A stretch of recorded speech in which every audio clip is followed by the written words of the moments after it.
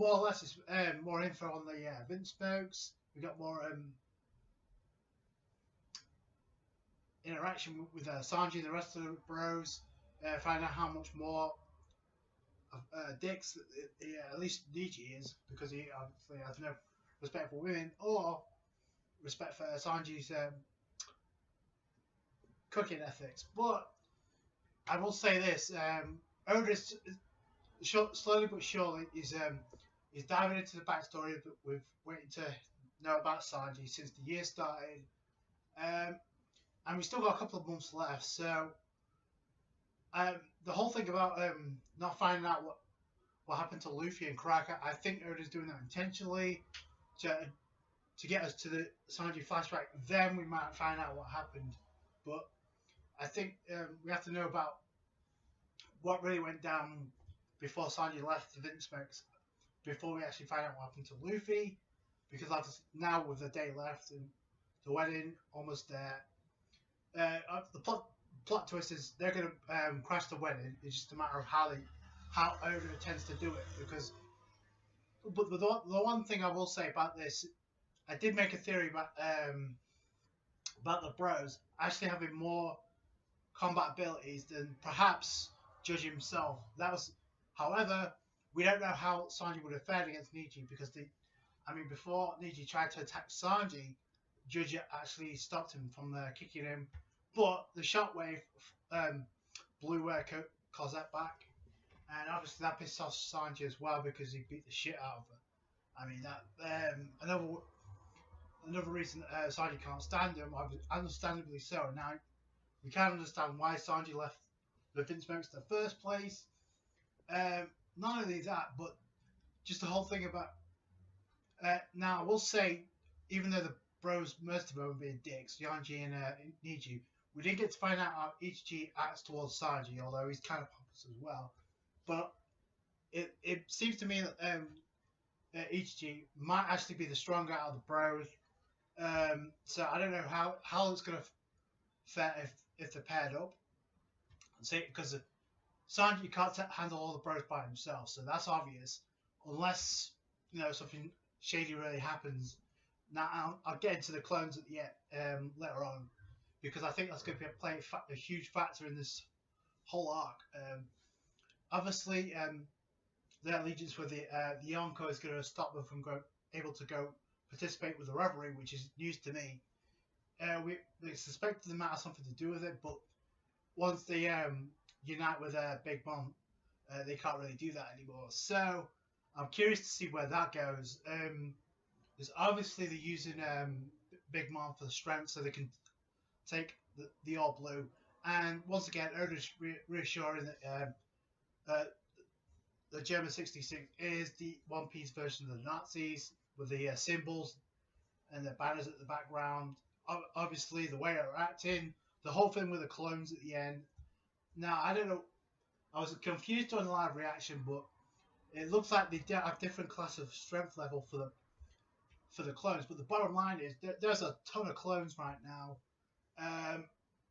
So I don't know how they're going to factor into this, because unless they cause an uprising against Big Mom or something, what are they going to use that for? And the whole thing about them blackmailing Sanji, by the way, they say, oh, we know where Seth is, so thanks to Big Mom. So if you don't comply with his wedding, we're going to fuck him up. So that's like, oh, okay.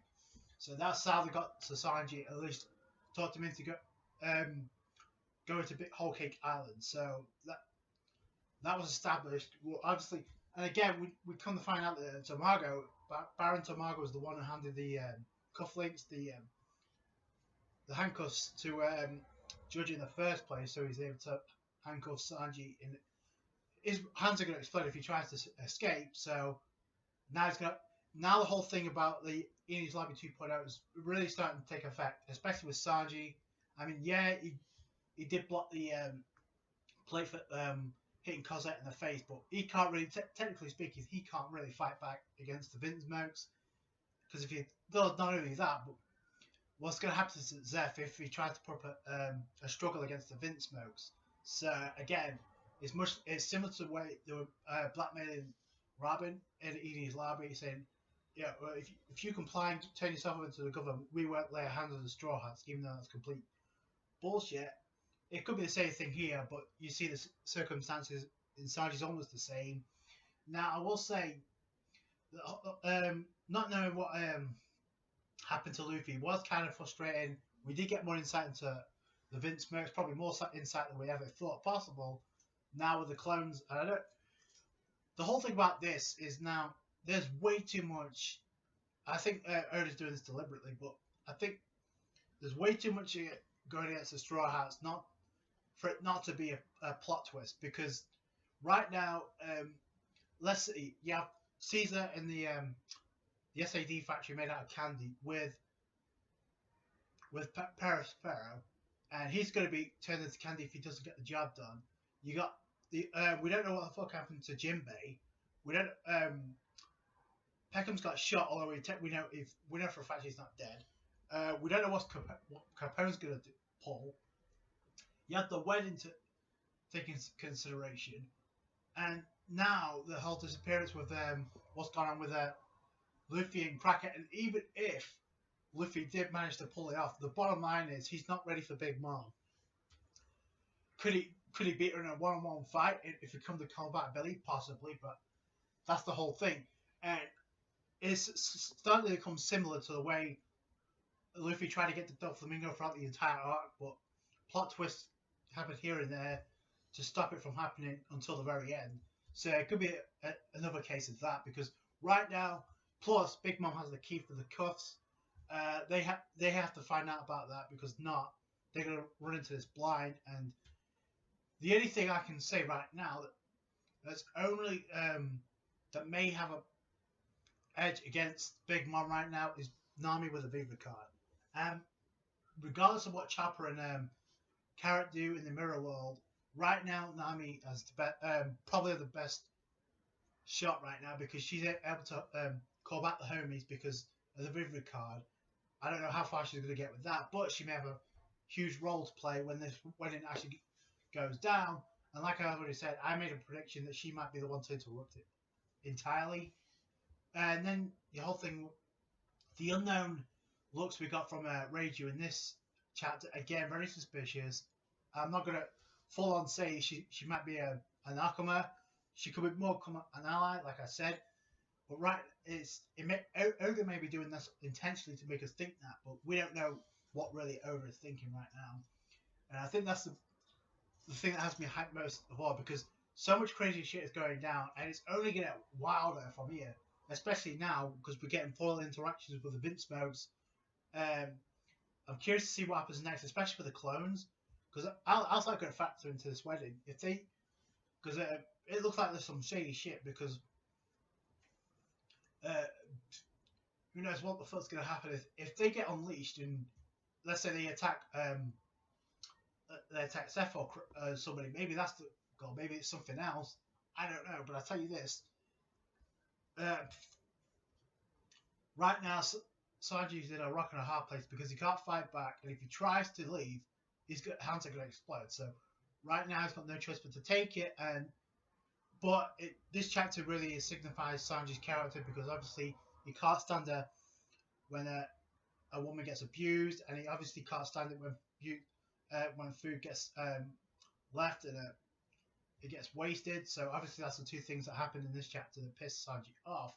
Now, does that make Sanji a bit more powerful than Niji?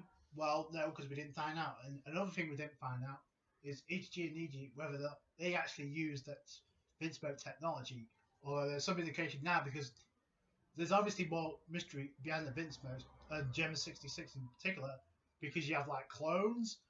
I'm guessing genetically old clones. So I don't know what that's all about. Obviously, because it's an army, they got to have massive amounts of a backup to take over the North Blue. So I will leave you with this. What do you think is going to happen now? What do you think is going to be the turning point? Because no doubt about it, there has to be a betrayal at some point, because there's too much going against the Straw Hats for there not to be a twist. And this happens so many times before. So I'm curious to see what happens next. I can't wait to see what happens next. More insight into Germa 66. I know a lot of people hate the Germa 66, especially the Vince Smokes, for what they did in this chapter. But it only doing a great way of actually making the Vince Smoke the most detested group, perhaps in One Piece, we've ever seen, with the exception of Doflamingo, perhaps. But we'll have to wait and see. A Big Mom's no state herself, so she's mental. And you've got Germa 66 who are obsessed with power and greed, so that's not a good combination at all. So I'll leave you at that. Let me know your thoughts down below. That's it from me. Subscribe to the channel if you want to watch One Piece. Catch you guys on the next one. Bye.